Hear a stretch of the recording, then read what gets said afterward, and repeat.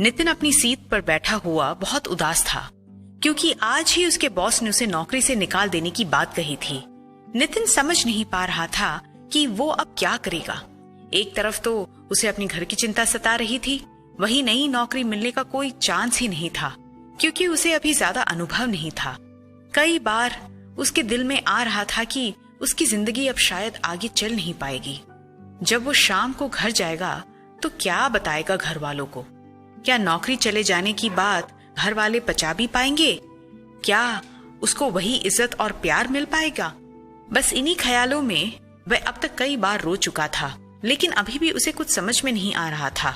तभी अचानक कुछ अजीब सा होता है। वह देखता है कि जिस 10वीं मंजिल की बिल्डिंग में वो बैठा हुआ है, उसी बिल्डिंग की खिड़की में एक चिड़िया ने अपना घोंसला बनाया हुआ है। वो चिड़िया बार बार अपने मुंह में कुछ दबाकर आती जा रही थी और अपने छोटे छोटे बच्चों को खिलाती जा रही थी। और जब चिड़िया ऐसा कर रही थी, उसके चेहरे पर जरा सी भी थकान या उदासी नहीं थी।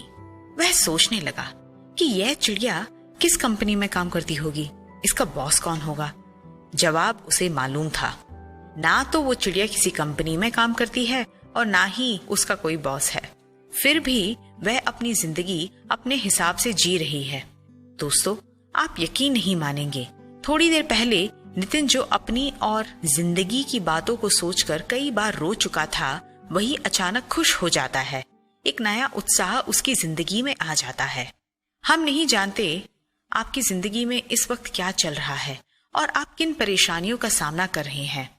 परमेश्वर अपने वचन में कहते हैं कि इसलिए मैं तुमसे कहता हूं कि अपने प्राण के लिए ये चिंता ना करना कि हम क्या खाएंगे या क्या पाएंगे, और ना अपने शरीर के लिए कि हम क्या पहनेंगे। क्या प्राण भोजन से और शरीर वस्त्र से बढ़कर नहीं? आइए हम अपनी सारी चिंता परमेश्वर को सौंप देते हैं और देखते हैं कि वो कैसे हमारे लिए एक नया मार्ग खोलते हैं। क्या आप कोशिश करेंगे?